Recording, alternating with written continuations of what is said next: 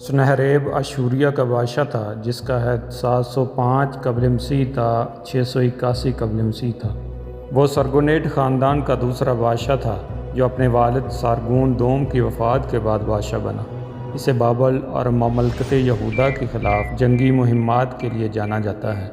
وہ تعمیری کام میں دلچسپی لیتا تھا اور اشوریہ کا پایا تخت نینوا اسی نے بسایا تھا۔ 681 قبل مسیح میں اس کا بڑی بے دردی سے قتل کر دیا گیا۔ اسے اس کے بڑے بیٹے نے مار ڈالا جبکہ اس کا ولی عہد اور جانشین اس کا چھوٹا بیٹا اسرحدون تھا۔ اس کی ابتدائی حکومت بابل کے تسلط سے شروع ہوئی۔ بابل کے لوگوں نے اشوری سلطنت کی ماتحتی سے انکار کر دیا کیونکہ ان کا دعویٰ تھا کہ اشوریہ کے حکمران نے 699 قبل مسیح میں شہر بابل کو تباہ کر دیا تھا۔ اس نے بابل کے بعد اشوریہ کے شمال میں اپنی حکومت کو وسعت دینے کا فیصلہ کیا اور لیوانٹ میں کلیکیا کے حکمران سے لوہا لیا۔ اس کے بعد اناطولیہ سے بھی جنگ کی اور عرب کے ریگستان میں عرب حکمرانوں سے جنگ کی۔ اس کی شام کی جنگی مہموں کا تذکرہ عبرانی بائبل کے کتاب سلاطین میں ملتا ہے۔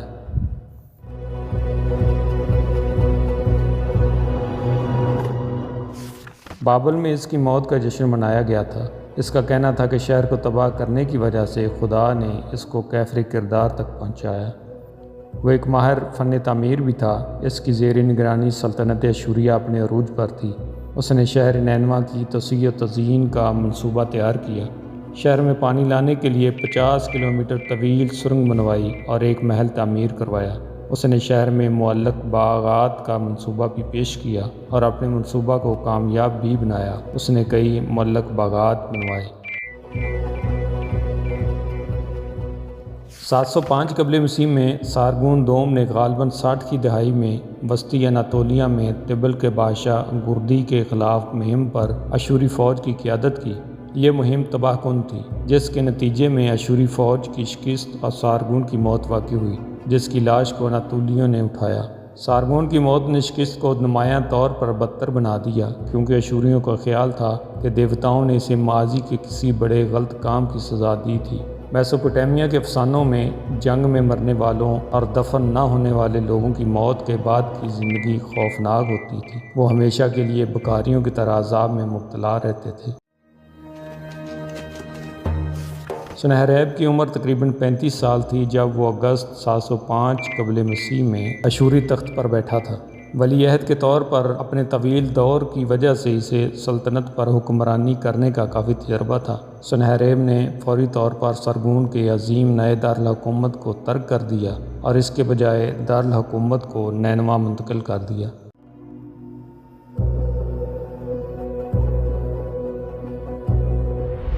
اشوریہ کی ایک بڑی سلطنت میں توسیع کے دوران اشوریوں نے مختلف پڑوسی ریاستوں کو فتح کر لیا تھا۔ یا تو انہیں اشوری صوبوں کے طور پر الحاق کر لیا تھا یا انہیں جاگیردار ریاستوں میں تبدیل کر دیا تھا۔ چونکہ اشوریوں نے بابل کی طویل تاریخ اور ثقافت کی تعظیم کی تھی اس لیے اسے ایک مکمل بادشاہی کے طور پر محفوظ رکھا گیا تھا۔ یا ایک مقرر کردہ کلائنٹ بادشاہ کی طرف سے حکومت کی جاتی تھی یا اشوری بادشاہ کے ذریعے ذاتی اتحاد میں۔ اشور اور بابل کے درمیان رشتہ وہی تھا جو بعد کی صدیوں میں یونان اور روم کے درمیان تھا۔ اشور کی ثقافت، متن اور روایات کا زیادہ تر حصہ جنوب سے درآمد کیا گیا تھا۔ اشور اور بابل کی ایک ہی مشترک زبان تھی۔ اشور اور بابل کا رشتہ ایک لحاظ سے جذباتی بھی تھا۔ 9 اشوری نوشتہ جات واضح طور پر دونوں ممالک کی جنس کو ظاہر کرتے ہیں۔ اشوری کو استعاراتی شوہر اور بابل کو اس کی بیوی کہتے ہیں۔ اشوریالوجسٹ ایکارٹ فرم کے الفاظ میں اشوریوں کو بابل سے محبت تھی لیکن وہ اس پر غلبہ حاصل کرنے کی خواہش بھی رکھتے تھے۔ اگرچہ بابل کو تہذیب کی بہار کے طور پر جانا جاتا تھا لیکن اس سے سیاسی معاملات میں غیر فعال رہنے کی توقع کی جاتی تھی جس سے اشور کی بابلی دلہن نے بار بار انکار کیا تھا۔ سب سے پہلے مردوک ذاکر شمی دوم کے نام سے ایک بابلی نے تخت سنبھالا لیکن مردوک اپلا دینا وہی کلدین سپہ سالار جس نے اس سے پہلے ایک بار شہر پر قبضہ کر لیا تھا اور سنہریب کے والد کے خلاف جنگ کی تھی، اس نے اسے صرف 2 ماہ بعد ہی معزول کر دیا۔ مردوک ابلا ادینہ نے بابل کے لوگوں کے ایک بڑے حصے کو اس کے لیے لڑنے کے لیے شہری بابلیوں اور قبائلی کلدین دونوں کو اکٹھا کیا، اور اس نے جدید دور کے جنوب مغربی ایران میں ایلام کی پڑوسی تہذیب سے بھی فوجیوں کو بھرتی کیا۔ اگرچہ ان تمام قوتوں کو اکٹھا کرنے میں وقت لگنا تھا، لیکن سنہریب نے ان پیش رفتوں پر دھیرے دھیرے رد عمل کا اظہار کیا، جس کی وجہ سے مردوک اپلا ادینہ کو کوئٹہ اور کش کے علاقوں میں بڑی فوج تعینات کرنے کا موقع ملا۔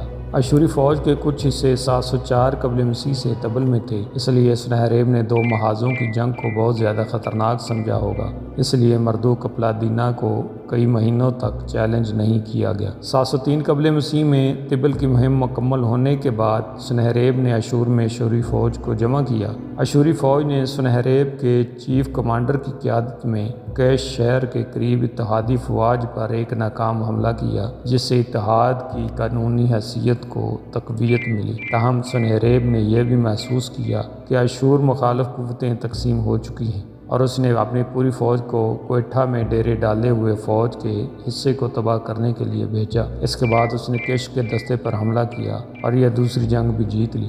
اپنی جان کے خوف سے مردوک اپلا ادینہ پہلے ہی میدان جنگ سے فرار ہو چکا تھا۔ سنہریب کے نوشتہ جات میں بتایا گیا ہے کہ فتح کے بعد پکڑے گئے قیدیوں میں مردوک اپلا ادینہ کا سوتیلا بیٹا اور ایک عرب ملکہ یتی کا بھائی تھا جو اتحاد میں شامل ہوا تھا۔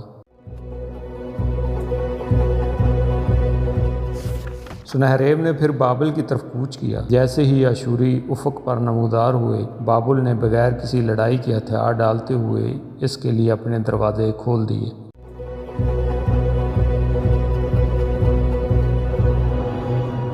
بابل میں ایک مختصر مدت کے آرام کے بعد سنہریب اور اشوری فوج پھر منظم طریقے سے جنوبی بابل سے آگے بڑھی، جہاں منظم مزاحمت کو کچل دیا گیا، جس نے قبائلی علاقوں اور بڑے شہروں دونوں کو پرسکون کیا۔ سنہریب کے نوشتہ جات میں بتایا گیا ہے کہ 2 لاکھ سے زیادہ قیدی بنائے گئے تھے۔ اب بابل پر سنہریب نے ایک مقامی بابلی کو امیر مقرر کیا جو اشوری دربار میں پلا بڑھا تھا۔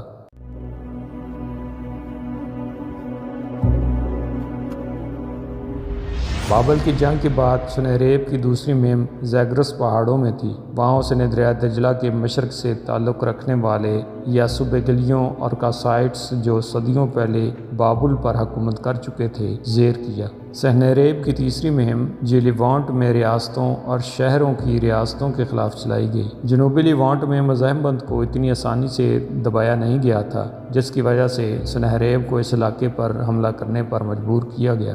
اشوریوں نے اسکلان پر قبضہ کر کے آغاز کیا۔ اس کے بعد انہوں نے متعدد شہروں کا محاصرہ کیا اور ان پر قبضہ کر لیا، جن میں بیت داغون، جوپا، بنائی برقع اور اجورو شامل ہیں۔ جب اشوری کرون پر حملہ کرنے کی تیاری کر رہے تھے، مملکت یہودا کے بادشاہ حزقیاہ کے اتحادی مصر نے تنازع میں مداخلت کی۔ اشوریوں نے مصری مہم کو اتکیہ شہر کے قریب ایک جنگ میں شکست دی اور ایکرون اور تمناہ کے شہر فتح کر لیے۔ سنہریب نے یروشلم پر اپنی نگاہیں جما رکھی تھیں۔ سنہریب نے خود یہودیوں کے اہم شہر لکیش کی طرف مارچ کیا۔ یروشلم کی ناکہ بندی اور لکیش کے محاصرے نے غالباً مصر کی مزید امداد کو حزقیاہ تک پہنچنے سے روکا۔ لکیش کا محاصرہ جو شہر کی تباہی پر ختم ہوا، اتنا لمبا تھا کہ آخرکار محافظوں نے دھات کی بجائے ہڈیوں سے بنے تیروں کا استعمال شروع کر دیا جو ختم ہو چکے تھے۔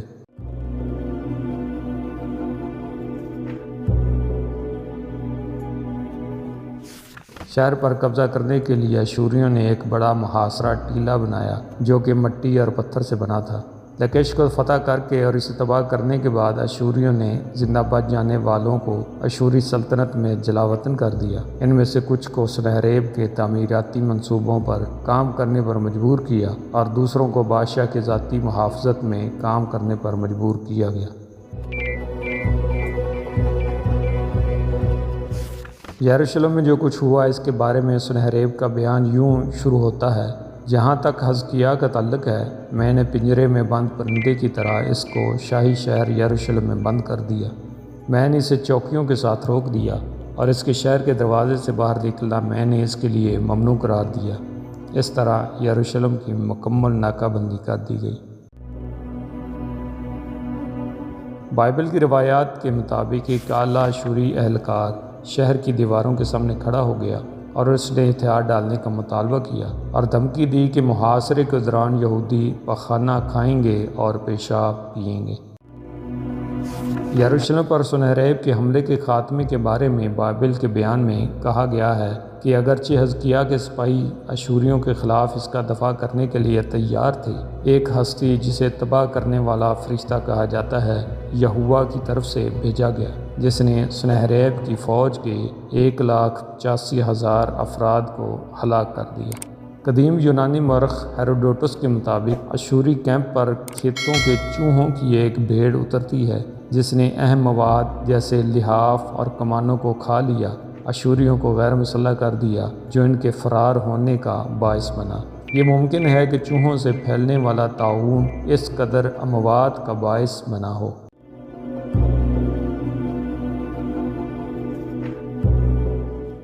یروشلم کی ناکہ بندی بظاہر غیر نتیجہ خیز خاتمے کے باوجود اشوریوں کی فتح تھی، کیونکہ اشوریوں نے یہودا کے بہت سے اہم قلعہ بند شہروں، قصبوں اور دیہاتوں کو تباہ کر دیا تھا۔ جب حزقیہ نے محسوس کیا کہ اس کی اشور مخالف سرگرمیاں تباہ کن فوجی اور سیاسی غلط فہمیاں تھیں، تو وہ ایک بار پھر اشوریوں کو بہت زیادہ بھاری خراج ادا کر کے اشوریوں کا باج گزار بن گیا۔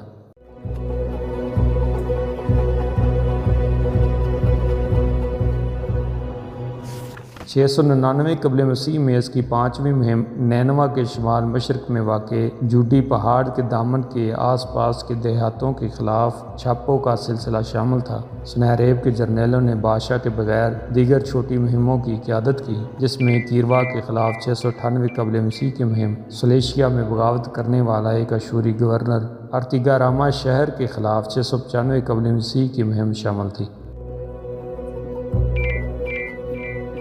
694 قبل مسیح میں سنہریب نے ایلام پر حملہ کیا۔ اس مہم کا واضح مقصد مردوک، اپلادینہ اور دوسرے کلدین پناہ گزینوں کو جڑ سے اکھاڑ پھینکنا تھا۔ ایلام پر اپنے حملے کی تیاری میں سنہریب نے دریائے فرات اور دجلہ پر 2 عظیم بحری بیڑے جمع کیے۔ اس کے بعد دوسرے بیڑے کو اشوری فوج کو اوپس شہر تک پہنچانے کے لیے استعمال کیا گیا، جہاں بحری جہازوں کو پھر ساحل سے کھینچ کر فرات سے منسلک ایک نہر تک لے جایا گیا۔ پھر دونوں بحری بیڑے ایک ہو گئے اور خلیج فارس کی طرف جاری رہے۔ خلیج فارس کے سرے پر ایک طوفان نے اشوری کیمپ کو اپنی لپیٹ میں لے لیا اور اشوری فوجیوں کو اپنے بحری جہازوں پر پناہ لینا پڑی۔ اس کے بعد وہ خلیج فارس کے پار روانہ ہوئے، ایک ایسا سفر جس کے بارے میں سنہریب کے نوشتہ جات سے پتہ چلتا ہے کہ یہ مشکل تھا، کیونکہ گہرائی کے دیوتا کے لیے بار بار قربانیاں دی گئی تھیں۔ ایلامیوں کے ساحل پر وہ کامیابی کے ساتھ اترے اور کلدینی پناہ گزینوں پر حملہ کیا۔ مہم کے بارے میں سنہریب کا بیان اس معاملے کو ایک عظیم فتح کے طور پر بیان کرتا ہے۔ اگرچہ سنہریب نے آخرکار مردوک اپلادینہ سے اپنا بدلہ لے لیا، لیکن اس کا قدیم دشمن اسے دیکھنے کے لیے زندہ نہیں رہا تھا۔ وہ ایلام میں اشوریوں کے اترنے سے پہلے قدرتی وجوہات کی وجہ سے مر گیا تھا۔ جنگ نے پھر ایک غیر متوقع موڑ لیا، کیونکہ ایلام کے بادشاہ ہالوتاش انشوشینک اول نے سوری فوج کے اقتدار سے بہت دور ہونے کا فائدہ اٹھاتے ہوئے بابل پر حملہ کیا۔ بچ جانے والے کلدین فوجیوں کی مدد سے ہالوتش انشوشینک نے سپار شہر پر قبضہ کر لیا، جہاں وہ اشور نادین شومی پر قبضہ کرنے اور اسے واپس ایلام لے جانے میں کامیاب ہو گیا۔ اشور نادین شومی کی جگہ ایک مقامی بابلی نیرگل اوشیب بابل کا بادشاہ بنا۔ بابل کے ریکارڈوں میں نرگل اوشیب کے اقتدار میں اضافے کو ہالوتش انشوشینک کے ذریعے مقرر کیا گیا تھا، جبکہ اشوری ریکارڈ بتاتے ہیں کہ اسے خود بابلیوں نے منتخب کیا تھا۔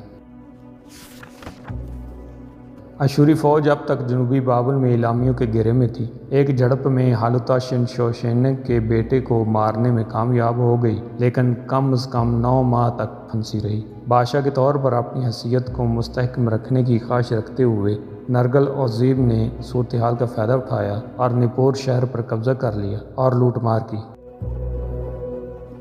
کچھ مہینوں بعد اشوریوں نے حملہ کر کے جنوبی شہر یورک پر قبضہ کر لیا۔ نیرگل اوزیب اس پیشرفت سے خوفزدہ ہو گیا اور ایلامیوں کو مدد کے لیے پکارا۔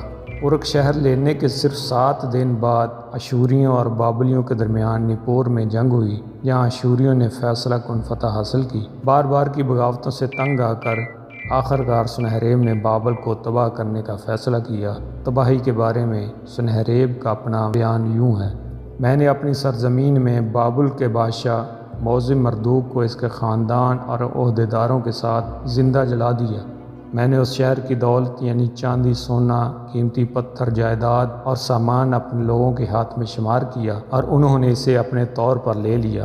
میرے لوگوں کے ہاتھوں نے وہاں رہنے والے دیوتاؤں کو پکڑ کر توڑ ڈالا، وہ اپنی جائیداد اور سامان لے گئے۔ میں نے شہر اور اس کے مکانات کو بنیاد سے لے کر چھت تک تباہ کر دیا۔ میں نے انہیں تباہ کیا اور جلا دیا۔ میں نے شہر کی بیرونی اور اندرونی دیواروں کی اینٹوں اور مٹی کے کاموں کو مندروں اور زیگورات کے ٹکڑے ٹکڑے کر دیے اور میں نے انہیں نہر میں پھینک دیا۔ میں نے اس شہر کے بیچوں بیچ نہریں کھودیں، میں نے اسے پانی سے بہا دیا، میں نے اس کی بنیادیں اکھاڑ دیں، میں نے اسے تباہ کن سیلاب سے زیادہ تباہ کر دیا، تاکہ آنے والے دنوں میں اس شہر اور اس کے مندروں کی جگہ کو پہچاننا ناممکن ہو۔ میں نے اسے پانی میں گلایا اور اسے ڈوبی ہوئی زمین کی طرح بنا دیا۔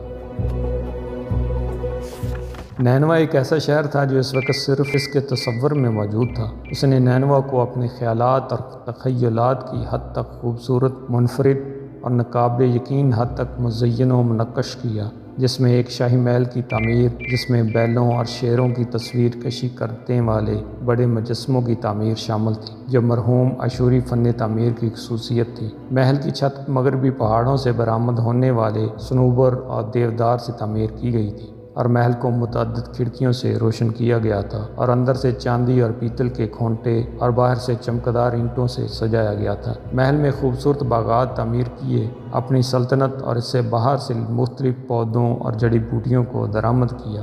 کپاس کے پودے دور دراز سے ہندوستان سے برآمد کیے گئے ہوں گے، جسے اون والے درخت کہا جاتا تھا۔ اپنے دارالحکومت کے ارد گرد بھی اس نے پھلوں کے درختوں کے باغات اور غیر ملکی درختوں اور پودوں کے پارک قائم کیے۔ کچھ کا خیال ہے کہ بابل کے مشہور معلق باغات، جو قدیم دنیا کی 7 عجائبات میں سے ایک ہیں، دراصل یہ نینوا کے باغات تھے۔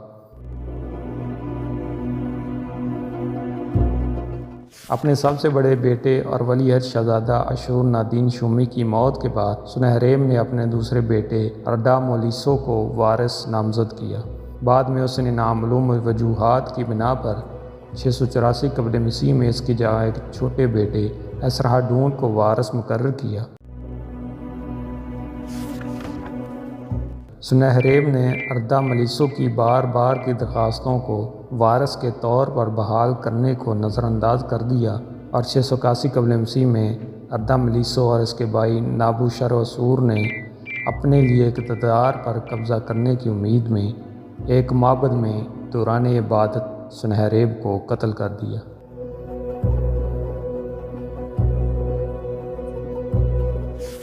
بیبلونیا اور لیونٹ نے اس کی موت کو خدائی سزا کے طور پر خوش آمدید کہا، جبکہ اشوری دل کی سرزمین نے اس کی موت پر شاید ناراضگی اور وحشت کے ساتھ رد عمل ظاہر کیا۔ اردا ملیسو کی تاج پوشی ملتوی کر دی گئی اور اسرہاڈون نے اب ایک فوج کھڑی کی اور نینوا پر قبضہ کر لیا اور خود کو بادشاہ کے طور پر منوا لیا، جیسا کہ سنہریب کا ارادہ تھا۔